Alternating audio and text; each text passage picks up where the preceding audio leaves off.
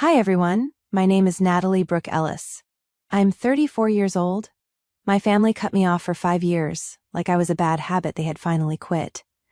And then they walked into my bakery during the Saturday morning rush and demanded 45 AE of everything Grandma and I had built without them.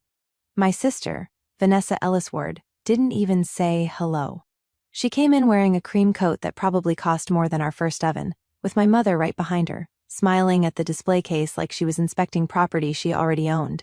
My father stood near the door, uncomfortable but not enough to stop anything, and my brother, Aaron, pretended to study the menu board while filming with his phone tilted low, the way people do when they want proof but don't want to admit they're collecting it.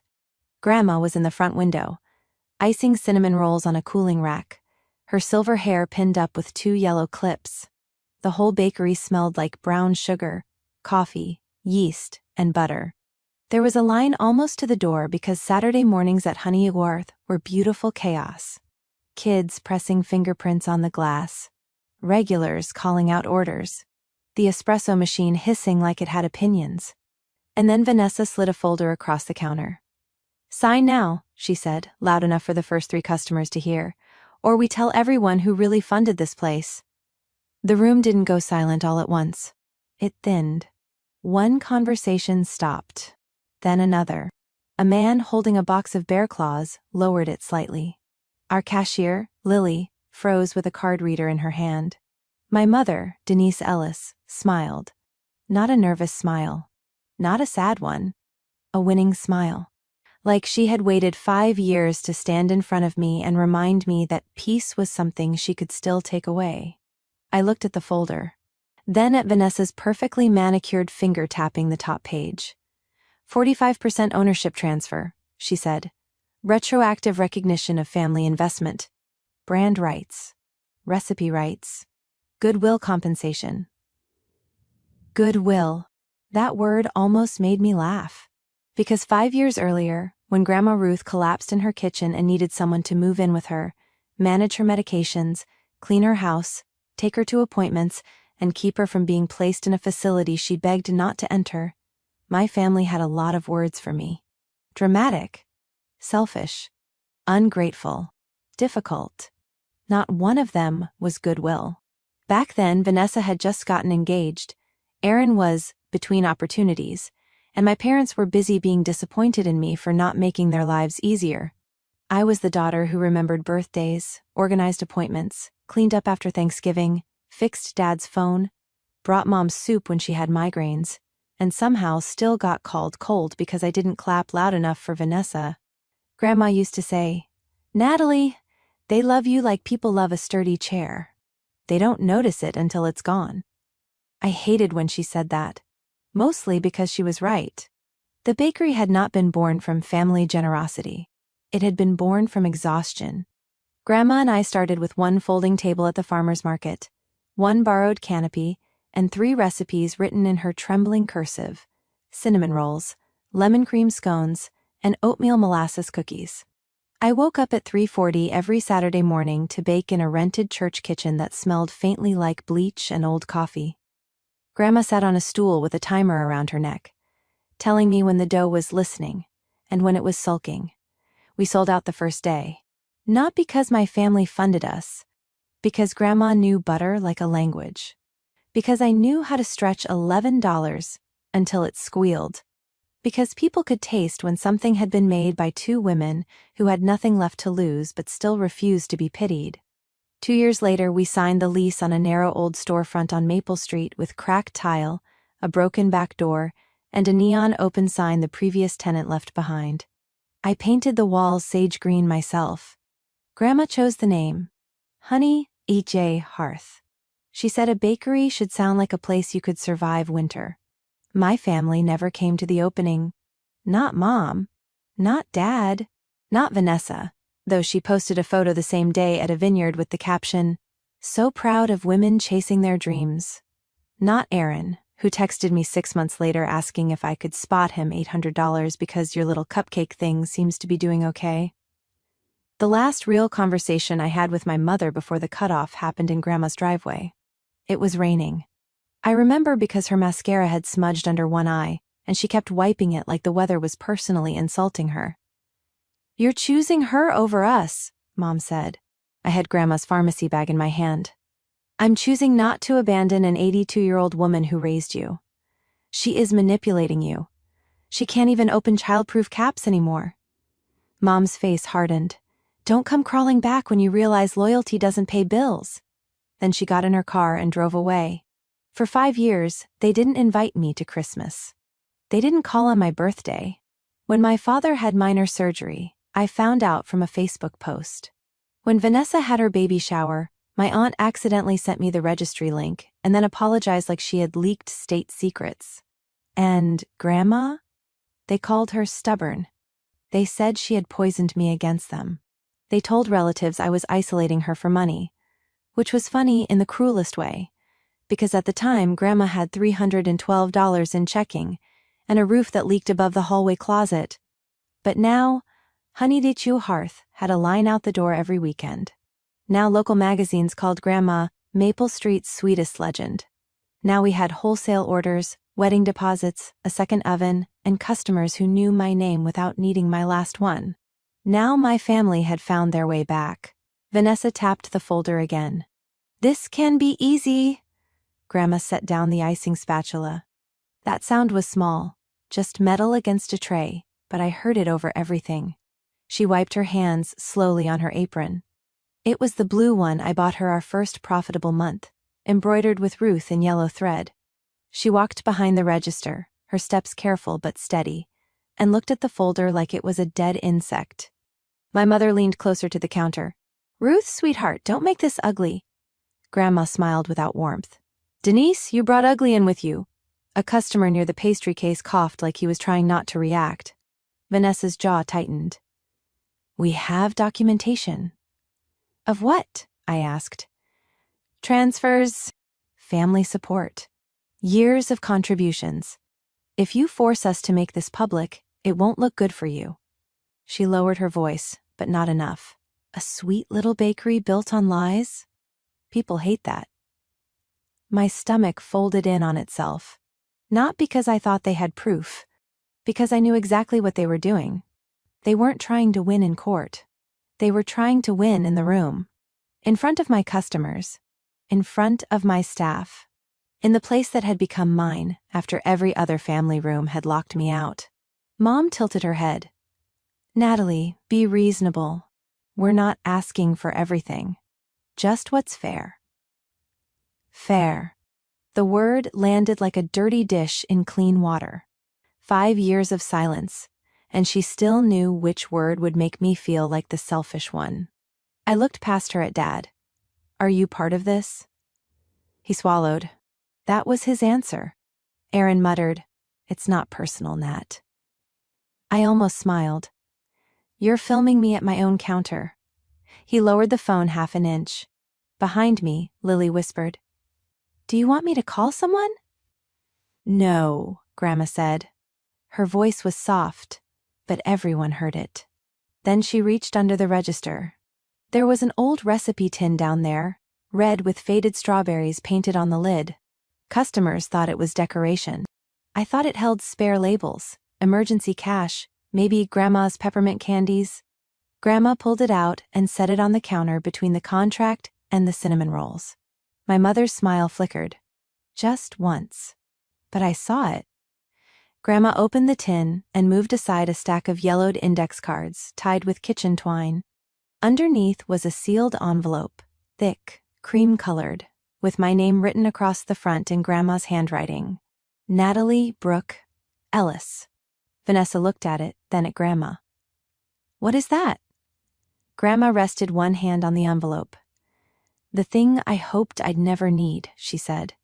And for the first time since they walked in, my mother stopped smiling. Grandma didn't open the envelope right away.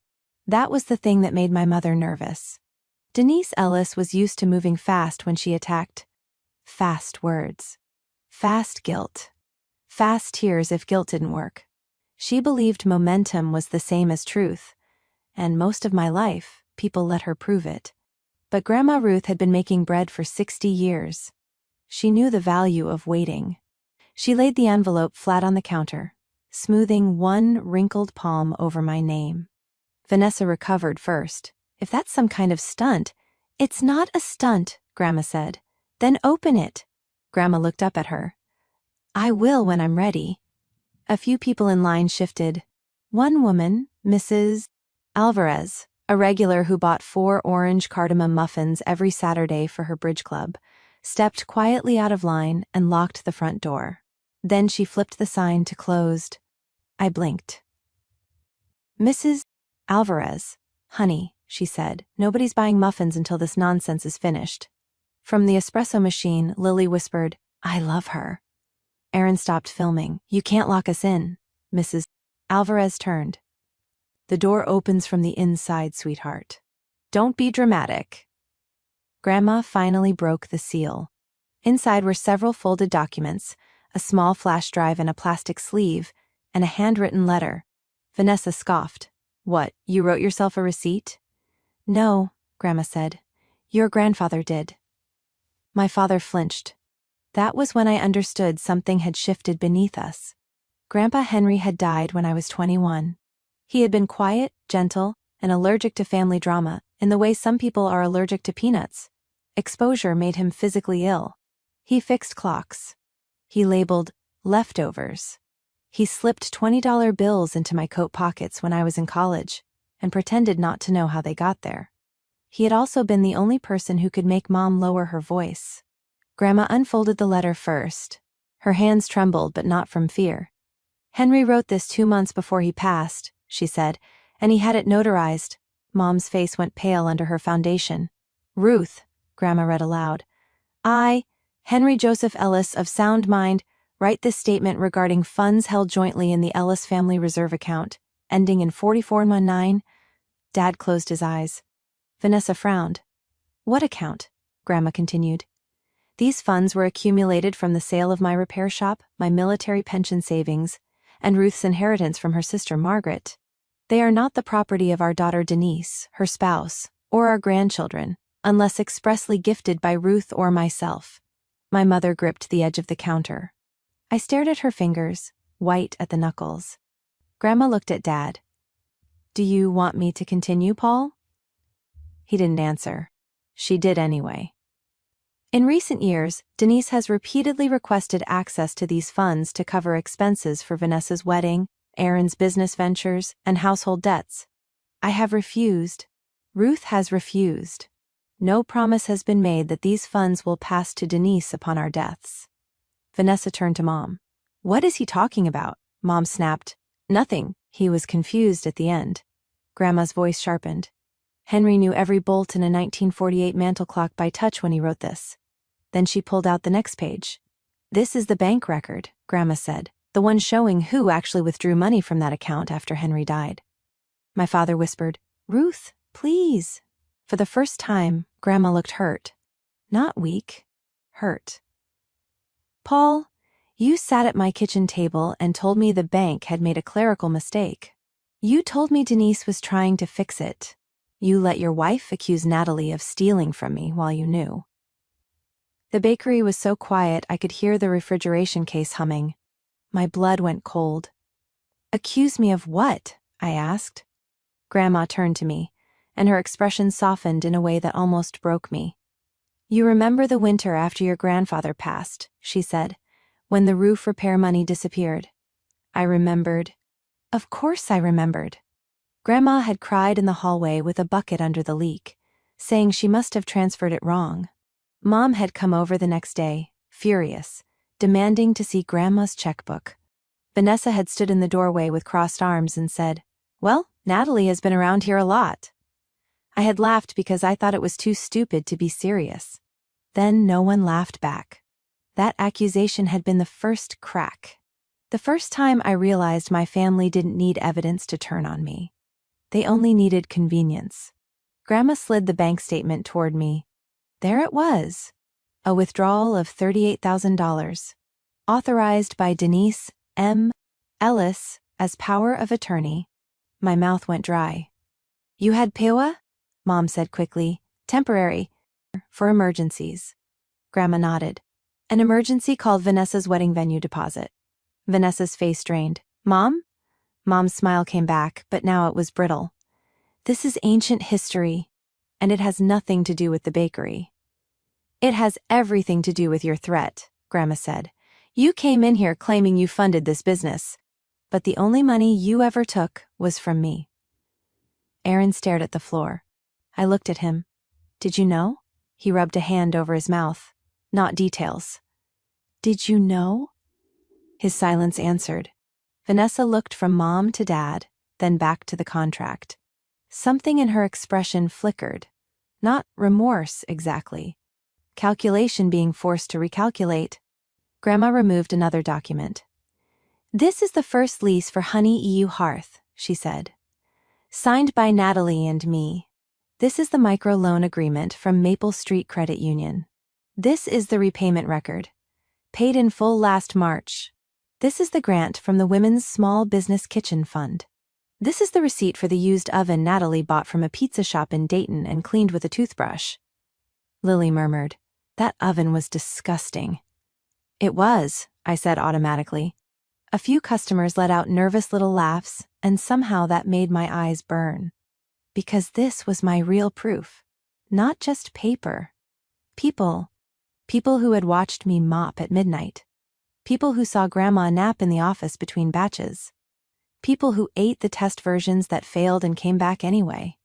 People who knew my family had never carried in a single bag of flour. Vanessa grabbed the contract folder. We should go. Mom shot her a look. No. Mom, Vanessa hissed. You said there were transfers. There were, Mom said. Family transfers. Grandma tapped the statement. Stolen transfers. Mom's head snapped up. Be careful, Ruth. No, Grandma said. You be careful. Then she took out the flash drive. This contains copies of everything. Bank records.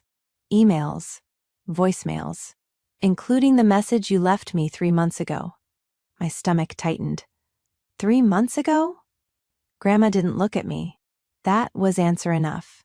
Mom had contacted her. Without telling me.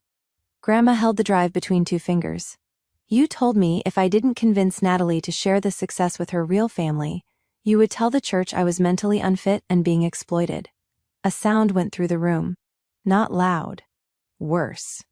Disgust. Mom's face flushed red. I was worried about you. You threatened me. I was trying to protect you from her. Grandma's palm hit the counter. The slap cracked like a dropped pan. Do not, she said, voice shaking. Stand in the bakery my granddaughter built with me and call her my abuser. My throat closed. All those years, I thought Grandma had been protected from the worst of it. I thought I had absorbed the ugliness like a wall. But Mom had gone around me. Of course she had. Vanessa lowered her voice. Grandma, maybe we should talk privately. Grandma laughed once. You wanted an audience when you thought I had nothing. Now you can have the same audience for the truth. Dad stepped forward. Ruth, please. This will destroy Denise.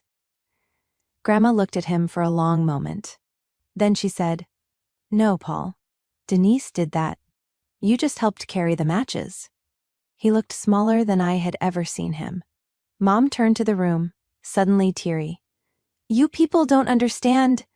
Families are complicated. I made mistakes, yes, but Natalie abandoned us.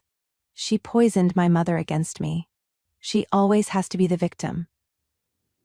And there it was, the old hook.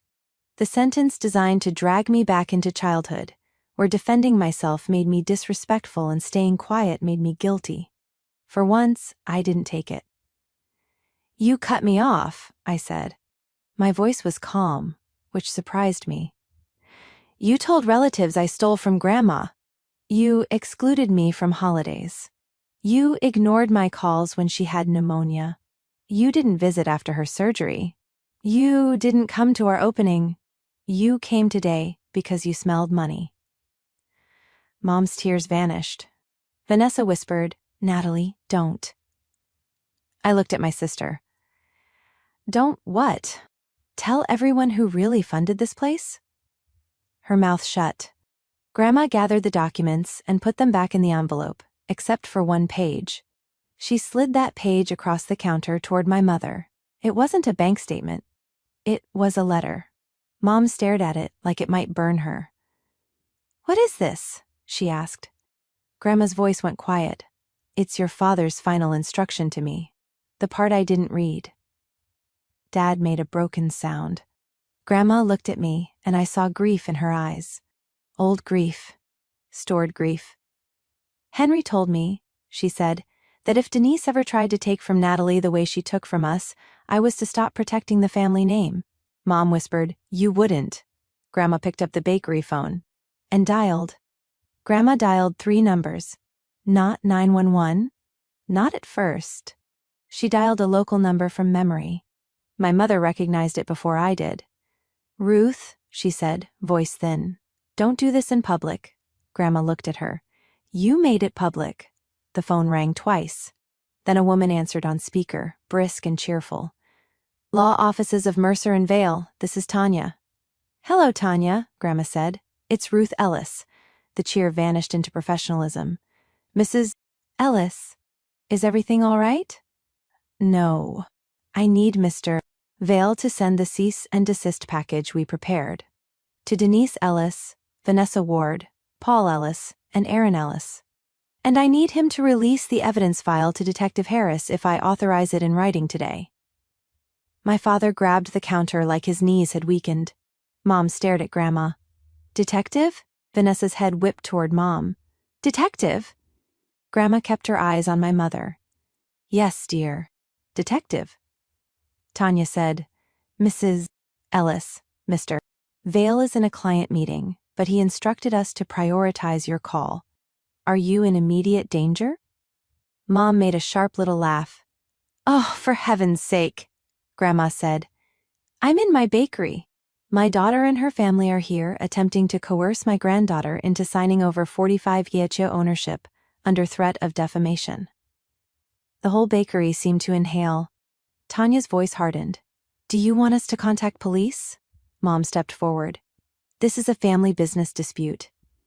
I moved between her and Grandma before I even thought about it. Grandma saw me do it. Her eyes softened, then hardened again. "It is not a business dispute," she said. "It is extortion," Aaron muttered. "Okay, that's dramatic." Mrs. Alvarez turned on him so fast her earrings swung. "You walked into a bakery with a contract and threats before most people finished their coffee? Sit down emotionally." A man by the window choked on a laugh. Nobody else did. Vanessa's face had changed completely.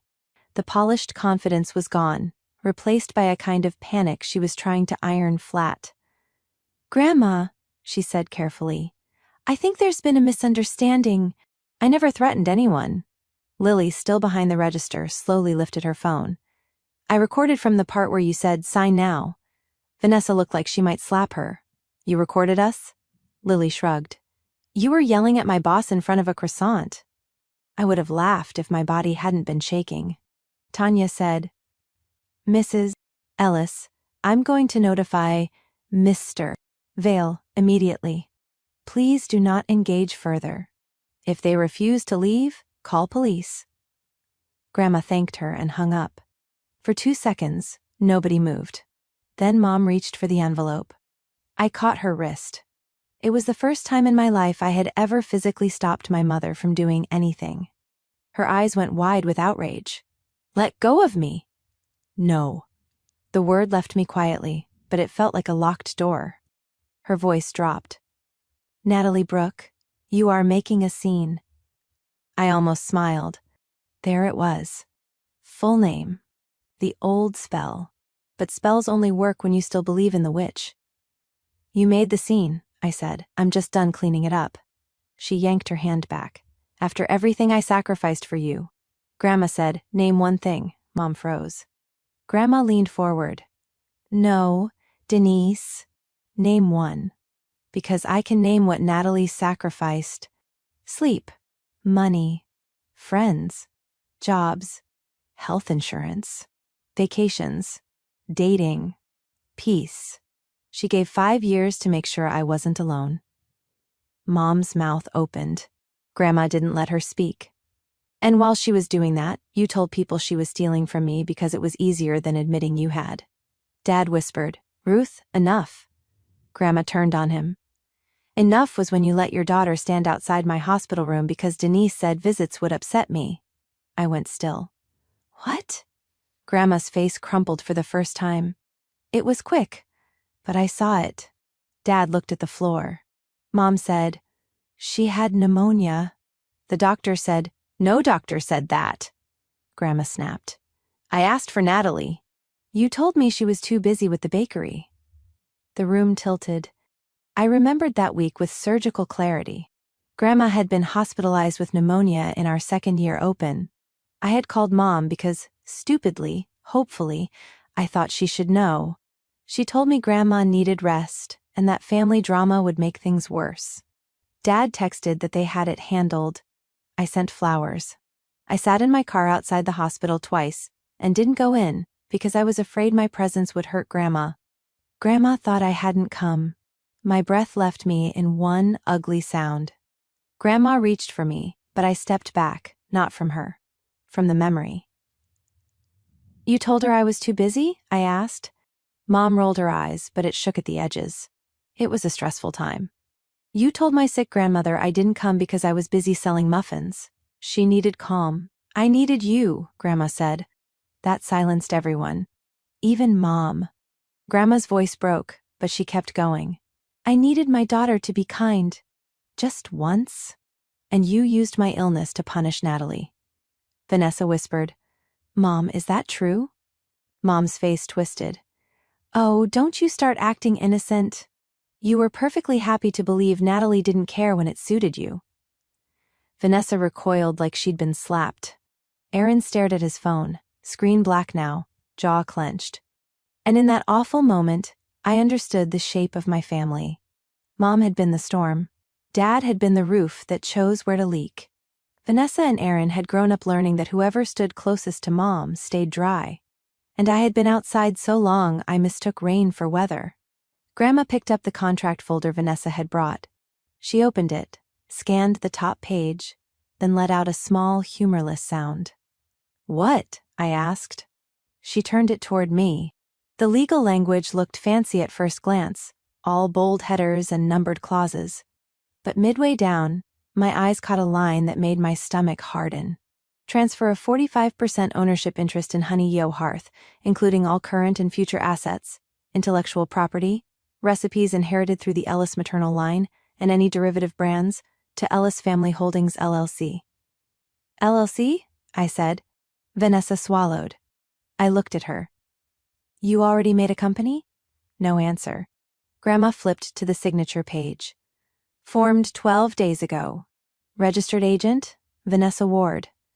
Mom lifted her chin. "We were preparing for a fair arrangement." "You were preparing to steal," I said. Vanessa snapped. "You don't know what it's like, okay?" The words burst out of her, messy and real enough that even Mom looked startled. Vanessa's eyes shone, but her voice was angry. "You got to be the noble one, the hard-working one, Grandma's favorite." Meanwhile, Mom has been in my ear for years, saying you manipulated Grandma, saying everything should have been shared, saying you were sitting on money that belonged to all of us. I stared at her. "And you believed her." "I had a baby, a mortgage. Jason's hours got cut. Mom said if we didn't act now, you'd sell the bakery and hide the money. I was making cinnamon rolls, Vanessa." Her face crumpled, then hardened again. "You always make it sound simple." "No," I said. "I make it sound true." The phone rang. Everyone jumped. Lily answered automatically. "Honey Itchy Hearth, we're currently—" She stopped and looked at me. "It's Mr. Vale." Grandma nodded. Lily put him on speaker. A calm male voice filled the bakery. "Ruth, I'm across town. I can be there in 15 minutes. Do not allow anyone to remove documents. Natalie, are you present?" "Yes," I said, surprised he knew my voice. "I represent Ruth and, as of the document she signed last year, the bakery's ownership trust. I need you to listen carefully. The demand they made today may trigger several civil and criminal issues. Do not sign anything. Do not agree verbally to mediation. Do not let them frame this as a misunderstanding." Mom laughed coldly. Edward, really? You've known me since I was a teenager. Mr. Vale paused. Yes, Denise. That is why I advised your mother to document everything. Mom's face turned scarlet. Then he said the sentence that changed the air completely. And Ruth, if Denise is present, she should know the statute of limitations on the bank withdrawal may not be her biggest problem. Dad lifted his head. Mom went still. What does that mean? Mr. Vale's voice stayed even. It means we recovered the email you sent Paul instructing him to tell the bank Ruth was cognitively impaired so the withdrawal would not be challenged. Grandma closed her eyes. I gripped the counter. Vanessa whispered, Mom. Mom backed up one step. That email was taken out of context. Mr. Vale said, Then you can explain the context to Detective Harris. Aaron suddenly moved toward the door. Mrs. Alvarez shifted aside. Now he remembers it opens from the inside. Aaron stopped, turned back, and looked at me with something like shame. I didn't know about the bank thing, he said. But you came for 45A. He nodded once. Miserable. Yeah. That honesty hurt more than another lie would have. Mom grabbed Vanessa's arm. We're leaving. Vanessa didn't move. She was staring at the contract like it had betrayed her. Mom hissed. Now. Grandma said, leave the folder. Mom clutched it. Absolutely not. I held out my hand. For once, I didn't plead. I didn't explain. I simply waited. Vanessa slowly took the folder from Mom's hand and placed it on the counter. Mom looked at her daughter like she had chosen treason. You stupid girl, Mom whispered. Vanessa flinched. And that was the moment I saw my sister clearly, not as the golden child, not as my replacement, but as another woman raised to think love had to be earned from someone who kept moving the price tag. It didn't excuse her, but it explained the bruises I couldn't see. The front door opened. A man in a navy overcoat stepped in with a leather briefcase and rein on his shoulders. Edward Vale looked around at the pastries, the customers, my family, the envelope, the contract. Then he said, Good. Everyone's still here. Behind him, a second person entered. Detective Harris. And my mother finally looked afraid. Detective Harris did not look like television detectives. She was short, middle-aged, wearing a rain jacket and tired eyes, with a notebook already in her hand. She didn't storm in. She didn't announce anyone's rights. She simply scanned the bakery like she was memorizing where every person stood. Then she looked at Grandma. Mrs. Ellis, she said, are you safe? Grandma's chin lifted. I am now. My mother made a sound of disbelief. This is absurd. We came to discuss a business matter. Detective Harris turned to her. And you are? Mom straightened, arranging herself into dignity like a coat. Denise Ellis, Ruth's daughter. And did you bring that contract? Mom hesitated. Vanessa said quietly, I did. Mom's head snapped toward her. Detective Harris wrote that down. And the purpose of the contract? Vanessa swallowed. To acquire partial ownership of the bakery. Voluntarily? No one answered. Mr. Vale stepped beside Grandma, calm as a closed door. Detective, my client has the original demand document, witness recordings, and prior communications suggesting coercion. Mom pointed at him. Edward has always hated me. Mr. Vale blinked. Denise, I represented you during your first home purchase. You judged me. I advised you not to forge your husband's signature on the inspection waiver. The bakery went dead silent. Dad whispered, What? Mom's face turned the color of raw dough. That is privileged. I didn't disclose whether you followed my advice, Mr. Vale said mildly. Mrs. Alvarez murmured, I'm never leaving this bakery. Detective Harris looked at my mother. Mrs. Ellis, I'm going to ask you not to interrupt. Something about being told that by a stranger, politely, firmly, in front of people, made Mom look smaller and more dangerous at the same time. Vanessa hugged her arms around herself. Aaron stood near the door, pale and sweating. Dad looked like a man watching a house burn while holding an empty bucket. Detective Harris took statements right there. First, Grandma. Then me. Then Lily handed over her recording, cheeks flushed with nerves. Mrs. Alvarez volunteered hers too, because apparently she had started recording the moment Vanessa said, "Contract." "You people are unbelievable," Mom snapped. Mrs. Alvarez smiled. "I've been married 42 years, honey. I know when a woman enters a room looking for a fight." When it was my turn, Detective Harris led me to the small table by the front window, away from my family but not out of sight. "Tell me what happened from the moment they entered," she said. My hands trembled under the table. I pressed them flat against my apron. I told her. The folder, the 45 yi, the threat, the years of silence, the accusations, the bank withdrawal I had only learned about minutes earlier, the hospital lie. When I got to that part, my voice failed. Detective Harris waited, not impatiently, just waited. That nearly undid me. In my family, silence was a weapon. With her, it felt like space. "I thought Grandma didn't want me there," I said finally. "I thought staying away was the kind thing."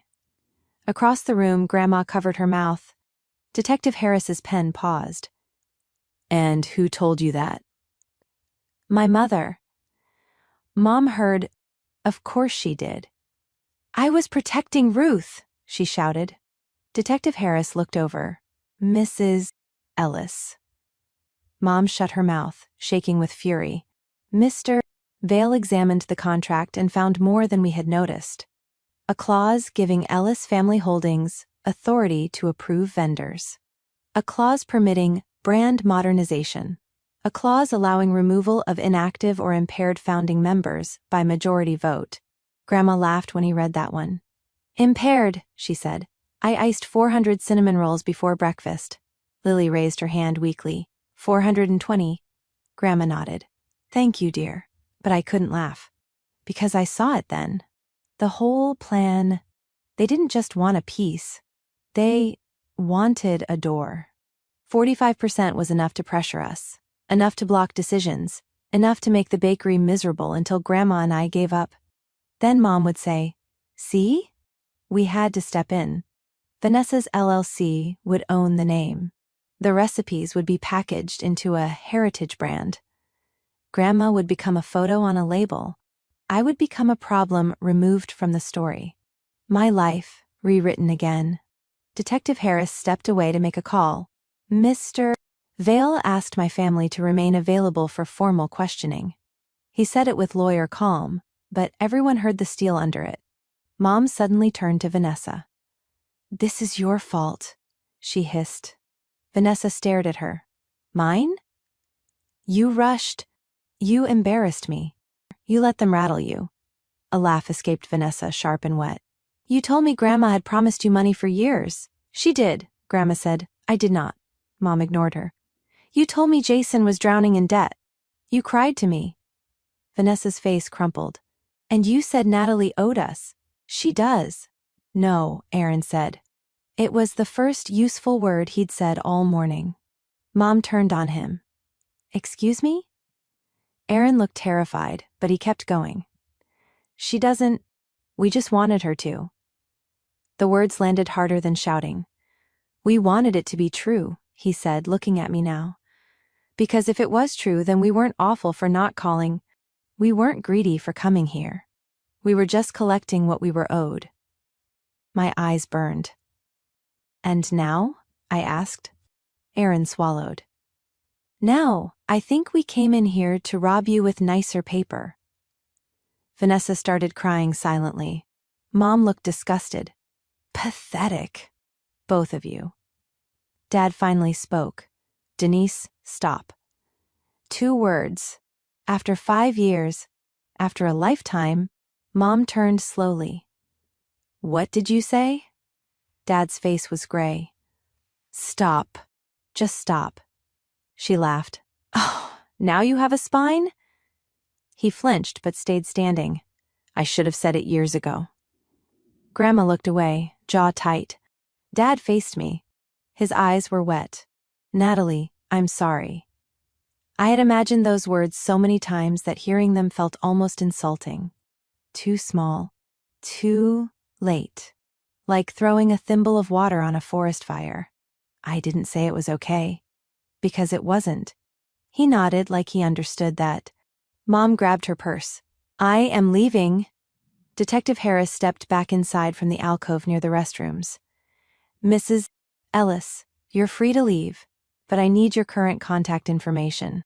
And I strongly advise you not to contact Ruth or Natalie, except through counsel. Mom smiled coldly. Are you arresting me? Not today. Not today. Those two words drained the last color from Mom's face. Dad followed after giving Grandma one last shattered look. Aaron left next, shoulders hunched, but he paused by the door. I'll send you what I have, he said to Detective Harris. Then to me, barely audible. I'm sorry, Nat. Vanessa remained. The bell above the door jingled as the others disappeared into the rain. My sister stood in the middle of the bakery, mascara beneath her eyes, cream coat suddenly ridiculous among flour dust and warm bread. I didn't know all of it, she said. I believed her. I also knew belief was not forgiveness. But you knew enough, I said. She nodded, crying harder. Yeah. Grandma leaned against the counter, suddenly looking every one of her 87 years. Vanessa looked at her. Did Grandpa really write that about Mom? Grandma closed her eyes. Your grandfather loved your mother. That's why he stopped pretending she was harmless. Vanessa covered her mouth. Mr. Vale cleared his throat gently. Vanessa, I recommend you obtain separate counsel from your mother. Immediately. She nodded. Then she looked at me. Can I come back someday? Not for this. Just to apologize properly. I wanted to say no. I wanted to say yes. Both felt dangerous. Someday isn't today, I said. She accepted that like it hurt, which was fair, because it was supposed to. After she left, the bakery stayed quiet. Rain tapped against the windows. The cinnamon rolls sat cooling, their icing glossy and perfect, as if the world had not cracked open around them. Detective Harris finished collecting what she needed. Mr. Vale packed copies of everything into his briefcase. Before leaving, he turned to me. Natalie, the trust documents are solid. Honey D-Gel Hearth is protected. But I need you both prepared. People like Denise often escalate when public control fails. I looked at the door. Grandma squeezed my hand. Let her. But her voice trembled. When they were gone, Lily flipped the sign back to open without asking. A line had formed outside. Not a curious mob. Our regulars. Mrs. Alvarez opened the door and announced, Cinnamon rolls are still warm and anyone gossiping meanly gets decaf. The first customer stepped in, eyes kind.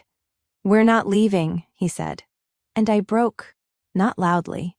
Just folded over behind the counter, while Grandma held me with one arm, and Lily pretended very hard not to cry into the coffee filters. For the rest of the day, people bought everything. Some paid double. Some left notes. Someone wrote, We know who built this on a napkin, and taped it beside the register. By closing, the shelves were empty. Grandma and I sat at a back table with 2 cups of tea gone cold. I should have told you about the envelope sooner, she said. I stared at my hands. Why didn't you? Because I was ashamed. Of what Mom did? Grandma shook her head. Of how long I let her do it. Before I could answer, my phone buzzed. Unknown number. A text message. You think you won today. Check tomorrow's Maple Street Community Forum. Attached was a photo. Not of the bakery. Of Grandma sitting alone in her doctor's office waiting room. Taken from across the street. My tea turned to ice in my stomach. Grandma looked at my face. Natalie? I handed her the phone. And outside, across Maple Street, a car engine started. The car was gone before I reached the front window. All I saw were red taillights smearing through the rain and my own reflection staring back at me. Flour on my cheek, eyes swollen, apron wrinkled from Grandma's hands gripping it while she cried. Grandma read the text twice. Then she sat down very slowly. That picture was from Thursday, she said. My skin prickled. You had a cardiology appointment Thursday? She nodded. Who knew? Grandma's mouth tightened. Your mother. Of course. I called Detective Harris first. Then, Mr. Val. By 9 that night, both had the screenshot. By 10, Mr. Vale had sent an emergency cease and desist to my mother, my father, Vanessa, Aaron, and the email listed for Ellis Family Holdings. By 11, Detective Harris called back and said patrol would drive by the bakery and Grandma's house through the weekend. Do not respond publicly tonight, Mr. Vale warned me. Let them post first if they're foolish enough. We'll answer with facts. I didn't sleep. Grandma did, somehow, in the recliner in our apartment above the bakery, wrapped in Grandpa's old quilt. I sat at the kitchen table refreshing the Maple Street Community Forum until my thumb hurt. At 6:12 a.m., the post appeared. It was from my mother, A Concerned Daughter's Heartbreak. That was the title. I knew before opening it that every word would be poison wrapped in lace.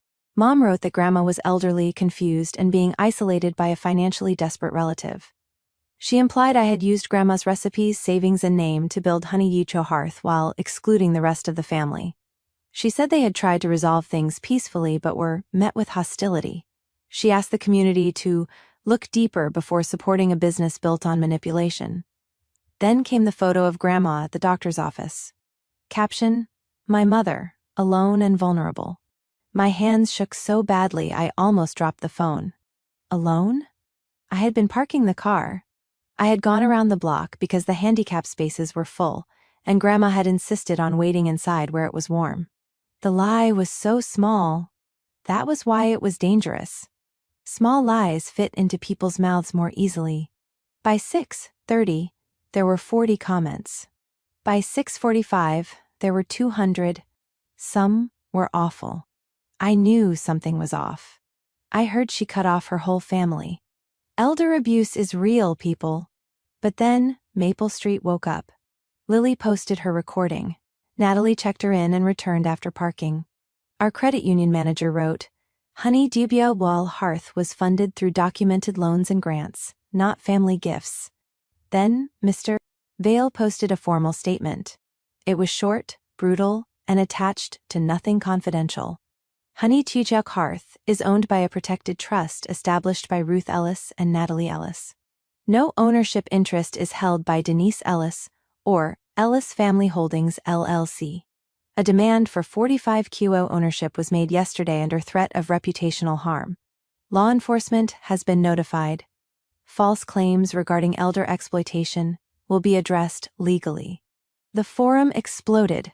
Mom deleted her post at 7:18. Screenshots had already traveled everywhere. At 7:31, Vanessa called. I almost didn't answer. When I did, she sounded wrecked. I didn't know she took that picture, she said. I said nothing. I sent Detective Harris the LLC emails. Mom drafted the post 2 days ago, before we came to the bakery. My stomach turned. So yesterday was never a negotiation. No, Vanessa whispered. It was a trap. There it was. The clean little word for the dirty thing. I closed my eyes. Why are you telling me? Because I don't want to be her anymore. That answer didn't fix anything. But it was the first thing she'd said in years that sounded like it belonged to her. Over the next month, everything moved both painfully slowly and all at once. Detective Harris opened a case involving coercion, harassment, and the old financial abuse. The bank withdrawal was complicated because time had passed, but the false cognitive impairment email gave it teeth. Mr. Vale filed civil claims to recover stolen funds from Grandma's account and to shut down Ellis Family Holdings' claim to our recipes, name, and maternal heritage assets, which he said with such disgust that Grandma laughed for the first time in days. Mom tried 3 more times to contact Grandma. 1 voicemail crying, 1 voicemail raging, 1 text that simply said, "After all I've done." Grandma read it, nodded, and blocked her. Dad came by the bakery 2 weeks later, alone. I met him outside. I didn't let him in. He looked older than he had during the confrontation. like truth had weight, and he'd been carrying it badly. "I moved out," he said. I believed him, but only barely. He handed me a cardboard box. Inside were old photos, Grandpa's watch, and a stack of letters he said Grandma should have had years ago. "I'm not asking for forgiveness," he said. "Good," I replied. He flinched, then nodded. I deserved that. I looked at him for a long time. This man had taught me to ride a bike, then watched me get thrown under every emotional bus my mother drove. "I don't know what you deserve," I said, "but I know what I do. Peace." He cried then, quietly. I let him. Then I took the box and went inside. Aaron sent Detective Harris his messages. He also sent me a note, not asking to visit, not asking to explain. Just one sentence. I chose comfort over courage, and I'm sorry. I kept it. Not because it healed me, because it was honest. Vanessa hired her own lawyer and cooperated. She admitted the LLC had been formed to pressure us, and that Mom had promised her a share if she stayed firm. Jason, her husband, came in one afternoon with their toddler and bought one cookie. Vanessa stayed outside on the sidewalk, crying too hard to enter. Grandma saw her through the window. "Not today," she said softly. So I didn't go out. That spring, Honey Allah Hearth got busier. Not scandal busy, not pity busy, rooted busy. People came because the bread was good, and because the place felt like what Grandma had always wanted it to be, somewhere you could survive winter. We added a sign behind the counter. Built by Ruth and Natalie. Funded by work, loans, grants, and stubbornness. Grandma insisted on the last word. The civil case settled before trial. Mom had to repay a portion of the stolen money from the family reserve account. Ellis Family Holdings was dissolved. She signed a retraction admitting Honey the Hearth had never been funded by her, Vanessa, Aaron, or Dad. She did not apologize. Some people can confess facts without touching remorse. That was the last lesson she gave me. On the 1-year anniversary of the Saturday morning rush, Grandma and I opened early. She was slower now, but still sharp. She sat by the front window icing cinnamon rolls, the same blue apron tied around her waist. At exactly 8, Vanessa walked in. Alone. No cream coat, no contract. Just jeans, tired eyes, and a paper bag in her hands. She stopped several feet from the counter. "I brought back the recipe cards Mom had," she said. "Grandpa's copies. I found them in her storage unit." Grandma looked at me. I nodded once. Vanessa set the bag down and stepped back. "I'm not asking for anything," she said. "I just wanted them home."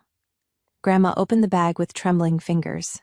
On top was a stained index card in Grandpa Henry's blocky handwriting. "Ruth's Christmas Star Bread." Grandma pressed it to her chest. Vanessa started crying. "I'm sorry," she said, "for what I did know, for what I didn't want to know, for coming here like you owed me your life." I waited for Grandma. She took a long breath. "I believe you're sorry," Grandma said. "That's not the same as trust." Vanessa nodded. "I know. But," Grandma continued, "if you want to start over, you start where Natalie and I started." Vanessa blinked. "Where?" Grandma pointed toward the back. "The sink. Sheet pans don't wash themselves." For the first time in years, my sister laughed through tears. She washed dishes for 4 hours. Badly. Lily re-washed half of them and complained loudly enough for everyone to hear. It wasn't a reunion. Not exactly. It was, sometimes people ask if I'm sad my family fell apart. I tell them the truth. It had been falling apart for years. The only difference was, I finally stopped standing underneath it. Grandma says families are like recipes. Some are inherited. Some are ruined by people who refuse to measure honestly. And some you make again from scratch, with clean hands and better ingredients. Honey Echa Hearth is still narrow. Still sage green. Still smells like butter before sunrise. Every Saturday, we sell out of cinnamon rolls. And under the register, in the old red recipe tin, there is still a sealed envelope. Not because we're afraid, because we learned something. Love does not need proof. But lies hate documentation.